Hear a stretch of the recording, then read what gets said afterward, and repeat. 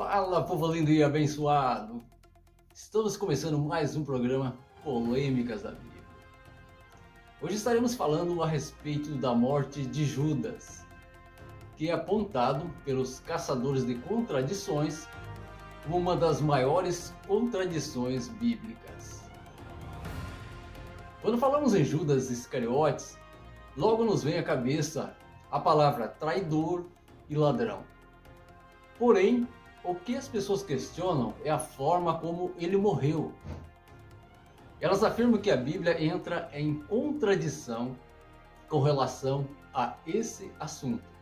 Pois em Mateus capítulo 27 está escrito que após receber as 30 moedas de prata, ele teve remorso e não arrependimento, e dirigindo-se ao templo, atirou essas moedas dentro do templo e foi enforcar-se.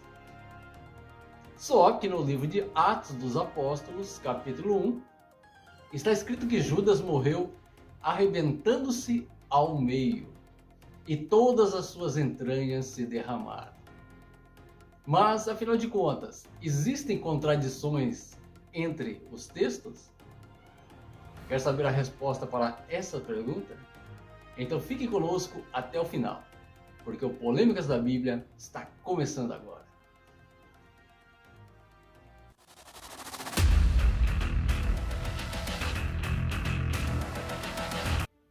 Olá, sejam bem-vindos ao nosso canal.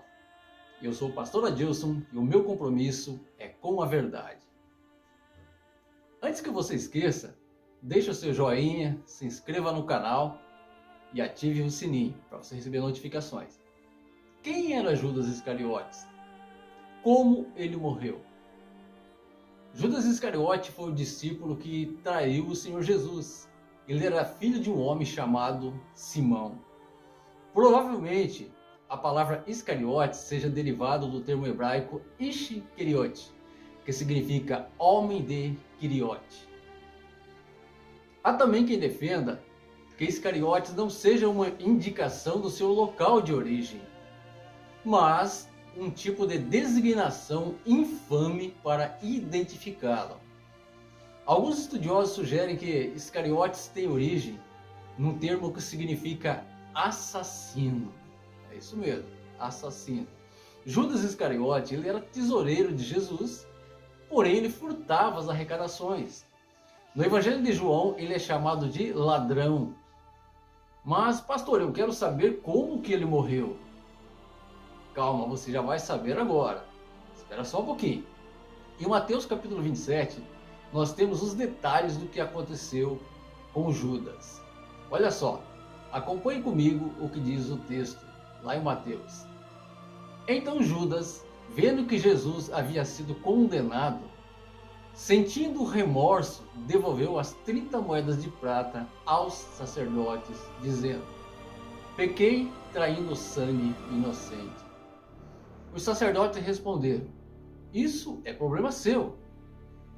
E tendo atirado as moedas para dentro do templo, saiu e foi enforcar-se. Presta bem atenção, fala que ele foi enforcar-se. O texto diz que como pagamento para trair Jesus, ele recebeu 30 moedas de prata. O texto ainda diz que antes dele morrer, ele esboçou um tipo de arrependimento. Na verdade, um remorso patético. E não foi arrependimento verdadeiro. Então ele procurou os sacerdotes a fim de devolver as moedas que havia recebido.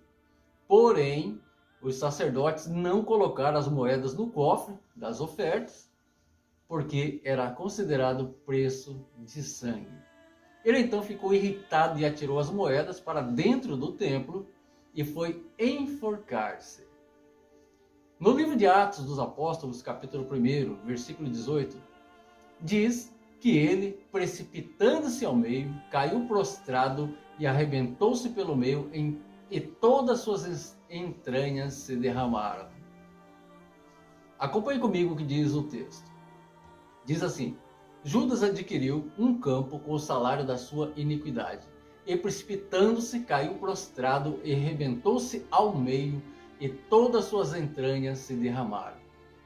Mateus era um cobrador de impostos, e Lucas, que escreveu o livro de Atos dos Apóstolos, era médico. Embora eles tenham descrito o ocorrido, devido às suas profissões, eles tinham pontos de vista diferentes. É isso que nós precisamos entender. Mateus apenas descreveu a intenção de Judas, que era se enforcar, sem se preocupar com detalhes, pois ele era um cobrador de impostos. Lucas, por sua vez, como era médico, descreveu a causa da morte com riqueza de detalhes. Analisando o contexto bíblico, entendemos que eles se encontram em harmonia. Juntando-se os dois textos, ficaria assim: após atirar as 30 moedas de prata dentro do templo, Judas saiu para enforcar-se. Porém, após encontrar uma árvore à beira de um penhasco, passou uma corda no pescoço e a outra extremidade amarrou num galho.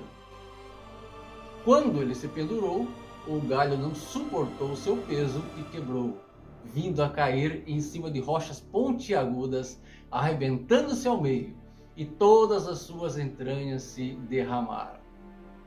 Com isso concluímos que não existe nenhuma contradição entre os textos, e sim erros de interpretação feitos fora de contexto.